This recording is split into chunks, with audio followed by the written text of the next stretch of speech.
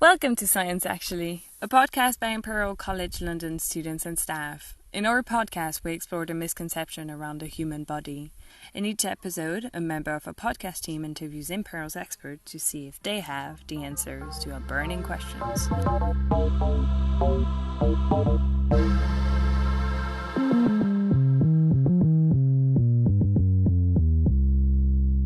Hello, and welcome to this episode of Science Actually. My name is Linda, and in this episode we're going to talk about memory. Our guest is Professor Simon Schultz. Simon is the head of the neuronal coding lab at Imperial. With a background in engineering, physics, and a PhD in computational neuroscience, Simon combines neuroscience and engineering to study the brain in his lab. Today, Simon will tell us more about his research, what memory is, and we might find an answer to our main question. Do you have a maximal capacity for memory?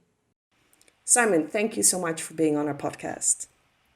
Sure, very happy to be here. You have studied memory for many years.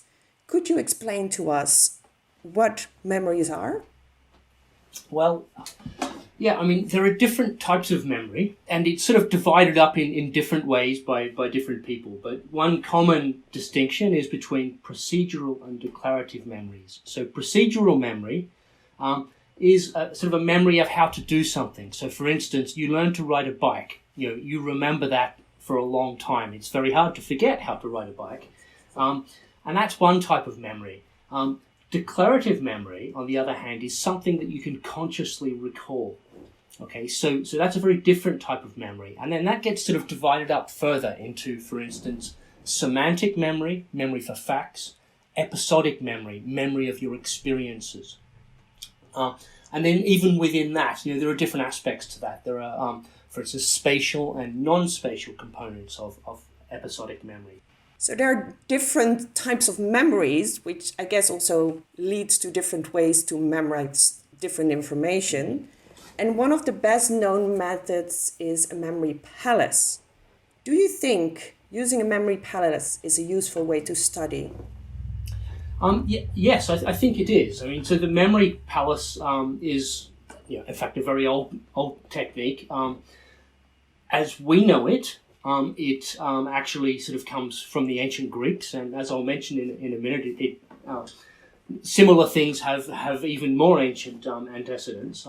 And the idea here is that you memorize the layout of a building, for instance, and then you walk through the building, fixing. So let's say you want to remember a list of things. You would walk through the building, sort of fixing each item in your list in a location in the building, and then when you want to recall your list, you will mentally walk through the building again, and sort of recalling that the orange is in the in the foyer, etc.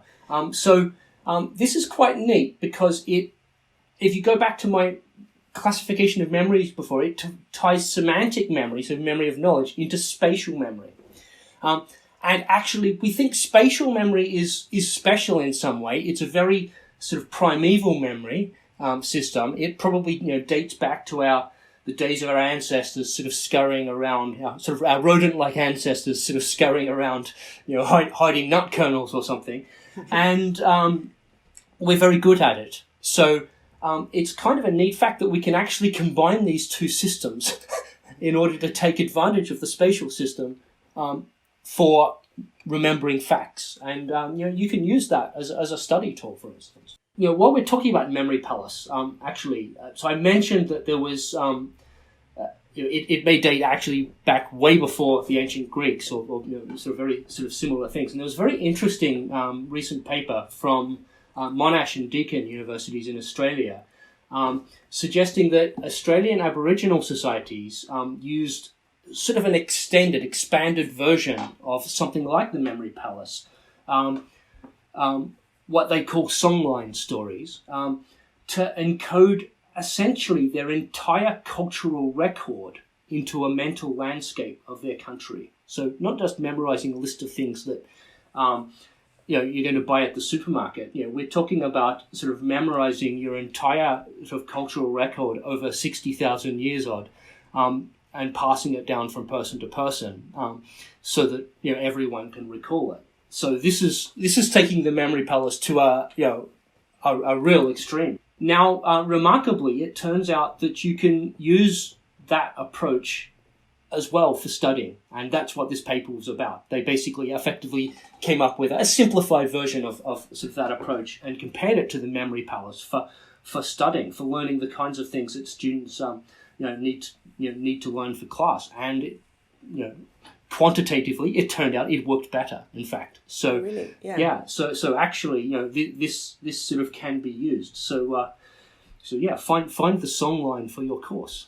Can you use memory palace or this technique you just described for any type of information? So, for instance, you're a student at Imperial, you might study medicine, but maybe you study mathematics, or maybe you want to learn a new language. Could you use these techniques for all of them? Yeah, I mean, that's a great question. I mean, clearly there are some things that maybe not, so well suited to, mathematical type things. I suspect that you have to sort of learn by doing things, right? Mm. I would say things like biochemistry. You could imagine it could be really well suited to. I mean, you imagine those sort of massive diagrams of sort of biochemical cascades. Mm-hmm. They could be embedded into a landscape, couldn't they? I mean, yeah. Nowadays, we don't memorize so much anymore. Even Imperial strategy is changing. We don't necessarily have to learn a book from A to Z. Yes, of course. We have Google, we have smartphones, we have everything at hand. Do you think as a memory specialist, this affects also our brain? Are we getting maybe more stupid? I mean, things like the memory palace kind of stuff that I talked about before, we just don't explore the streets anymore, right? We're losing the landscapes through our reliance upon phone GPS. So, yeah, if you just follow Google, you're not going to do very well at building a memory palace. Over our life, we make a lot of memories, and especially when you're at university, students have a lot of information to store. So one of the big questions we want to ask is there something like a maximal capacity for memory? We actually asked this to a small group of students. So we had 33 students, out of which 2/3 said, yes, we think there's a maximal capacity for memory. Are they right? They are right.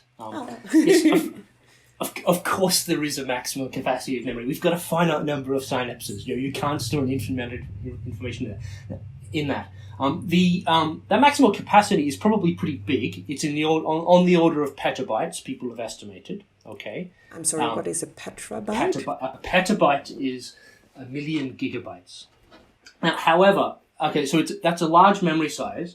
But the other piece of good news is that you don't forget something old when you learn something new. It's not like you remember a new thing and the old thing has to be spat out because of your finite memory capacity, right? Yes. Instead, whenever you learn something new, there is the opportunity to reorganize the old information to take account of the new information. So sort of optimizing the use of the bit space, if you like. And in fact, we've just published a paper in Nature Neuroscience showing that this occurs in mice. And we used something called graph theory or network theory to sort of look at how the structure of the memories changed in mice as they learned, how the structure of old memories changed in mice as they learned new things. Could you expand a bit more? What is this type of memory and how can you study this in mice? Yeah, so I mean, in this case, this was spatial memory. We had the mice exploring, an environment. Then they then learned a new environment. They were introduced sort of to a new environment, so that they had to sort of form new spatial memories. Mm-hmm. And then we went back and tested them in the old one. So is this a bit like when, for instance, I've lived most of my life in Amsterdam and then I moved to London, but every time I'm back, I still know where the streets are? You still know where the streets are. Now, it may be not exactly the same set of cells in your brain representing those streets in the same way. You may have adjusted how you're actually representing it. So does this mean that we can't forget spatial memory? Even if I don't go to Amsterdam for 50 years, I'll still know all the streets? I think you can. I mean, it will degrade like any memory, but possibly the quality of it might degrade rather than just I can't remember if I was there. Yeah. Do you think that it might also be applicable, for instance, if you learn languages, let's say first you learn French and then you learn Spanish, that while you learn Spanish, your French is kind of rebuilt or restructured? That's a great question. And I hadn't thought about it, in fact. But yeah, why not? I mean, we talk about a cognitive map, right? And that's not just a map of space, but a map. It can be a map of anything that can be structured, and of course, language is a structured thing. So yeah. I mean, I would speculate that might be true. That's really cool. Yeah. And I guess that might also mean, because I've met students before who said, okay, I have to choose a certain topic, but maybe halfway I want to change. But maybe this means that even you do, let's say, medicine for 2 years and then go on to engineering, this still kind of connects and builds your cognition larger. Exactly. And I mean, that's one of the beauties of sort of interdisciplinary study and interdisciplinary science. It's not like you're doing the two things independently. You form links that others might not, right? So, yes. Yeah. You're very interdisciplinary yourself. Do you feel that gives you more angles, more knowledge? I mean, definitely. I mean, yes. So I originally studied physics and electrical engineering. I basically sort of moved to studying neuroscience for my PhD. Was originally doing computational neuroscience, and then I started doing experimental neuroscience as a postdoc. So I sort of brought all these things, and then when I set my own lab up, I brought all this stuff in together. Really, sort of combined it. These things are synergistic. You get, you see links. You get things out that people who are just studying individual disciplines might not.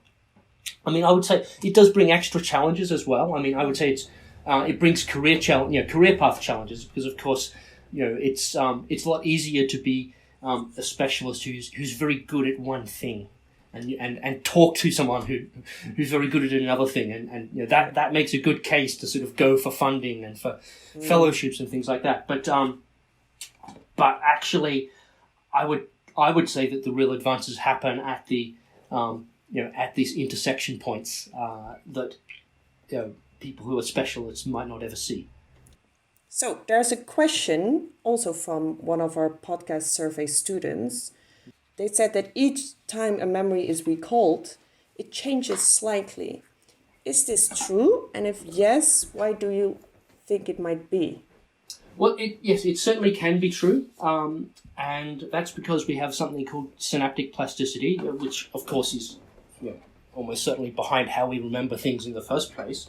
And let's say if you recall a memory, you're probably recalling it to use it for something, right? And let's say you use it in an effective way, that's going to be reinforced. It's probably going to strengthen that memory. Maybe you recall that memory and it turned out to be completely irrelevant to what you were trying to do, or whatever. It doesn't get reinforced. Maybe actually it gets a bit weakened.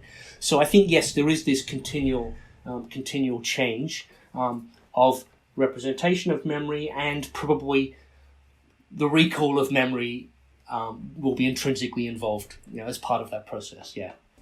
What I personally have, like from happy moments in my life, I like to sit down with a cup of tea and just remember them and be happy again. But sometimes then I worry, am I gonna lose it, or am I gonna change it or alter it? Is that a fear I should have? I don't think you should have that fear. No.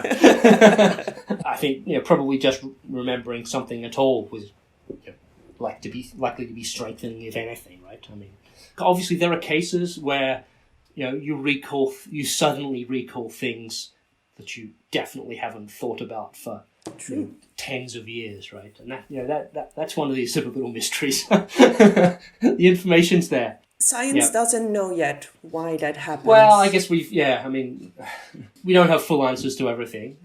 We know there is one feature of memory, which is that you have a sort of there's a pattern completion. So you remember some aspects of a memory, then the rest of it can get completed and sort of pulled back, right?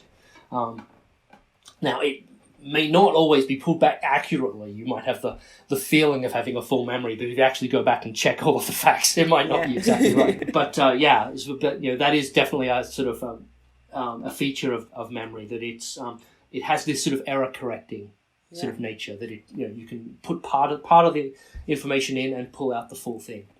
You said repeating memories reiterates them. So if you're a student and you want to study for your exams, it seems like there is going to be a difference between cramming, like the day before, or just revising regularly. Is there any evidence which one is better? Cramming is well known to be bad for long-term memory, right? I'm sure everyone knows that, and you know it when you do it, but sometimes you've just got to do it. Where you really remember things properly is when you're learning them while using them. So this is one reason why, actually, at Imperial, one of the things that we do a lot of in the teaching, is sort of, learning through doing sort of small projects and things, right? And you will find that the things you learn while doing, you might, learn a fact in the context of sort of solving some particular problem, right? Now, that will stick with you for many years. Whereas if you're just learning to do exam questions, it will tend to be sort of shorter term. So I guess what I would say is it's not so much about whether you revise on a weekly basis or whether you do all that revision on the last day, but rather about learning in context. So do you also think there's discussions between whether indeed if you have to memorize, whether you should write it by hand, type it on a computer? Do you think there's a difference? Yeah, I don't know. I always found it helpful writing things by hand. Sort of going back to, and this is a well-known thing, like it's student note-taking, right? I had a bad habit as an undergraduate of turning up to lectures overly tired and not taking any notes, and that wasn't an effective learning strategy. Whereas I realized that if you wrote things down, it actually helped. And sometimes, actually, I think we do students a disservice by providing too much material there. And of course, students, they want the lecture notes. Can we have the lecture notes in advance? But of course, that means that they can just sit there and not take the notes. Whereas actually, if you are taking notes, you're doing something with that information, and I think that does help you remember it better. So I would strongly advise students, even if they've got the lecture notes in advance, to at least do something with them. Maybe take some additional notes on the lecture notes or something like this. Do something rather than just sort of passively absorb. I think that's great advice, and I would say do something should be your new motto. Yeah. So we talked a lot about memory and learning, but of course you also have the opposite, which is forgetting. Yeah. So what might make you forget things? Aging, comes with it some degree of cognitive decline. But for some people, obviously, you have neurodegenerative disease. Alzheimer's in particular is the sort of the most prominent one of these, and that can result in substantial forgetting, if you like. It's not so much a decrease in memory capacity. Okay. It's more a decrease in the quality of recall. So you get interference and sort of mental block, these kinds of things. So you say, I can't quite recall that. So those kinds of things happen, rather than being a decrease in the capacity of the memory. There is one exception to this, maybe, which is working memory. I haven't mentioned working memory so far. This is sort of another type of memory. It's basically sort of the memory that you need of a small number of things while you're doing a task. Okay? And obviously, if you can't remember enough things, you might be trying to, make a sandwich and you forget what you're doing because it's like, well, where did I put that, etc. And so that actually is a reduction in working memory capacity. So there was also a question by our podcast survey student team. They ask, why do we often remember trivia and random facts without actually trying to remember, while at the same time forgetting things that we want to remember? I don't know. I don't have an answer to that one. I've been thinking about it. I don't know. Yeah, I mean, maybe we don't know what's really important to us. True. So we already talked a bit about Alzheimer, which is one of the topics you study in the lab. Mm-hmm. Can you elaborate a bit more? What are you studying in the lab and how? Yeah, we've got sort of two main projects going on in the lab right now, and one of them we're working with mice. So we have a mouse model of Alzheimer's. So what we're doing in the lab is we're imaging the brains, specifically the hippocampus of these mice, while they're doing a memory task, and then critically, of course, how they're disrupted in Alzheimer's disease. The second project we're working on is using cerebral organoids, sort of brain organoids. So rather than mouse cells, this is human cells. So you can actually, recapitulate the genetics of a particular person's disease. So it can be mine. And it could be yours. Yeah, it could be yours. We could then basically grow a little mini brain corresponding to that. Okay. Now it's not really a brain. It's basically a lump of cells in a dish, but it's three-dimensionally structured and it's got sort of dynamical activity which resembles in some ways at least spontaneous activity in the brain.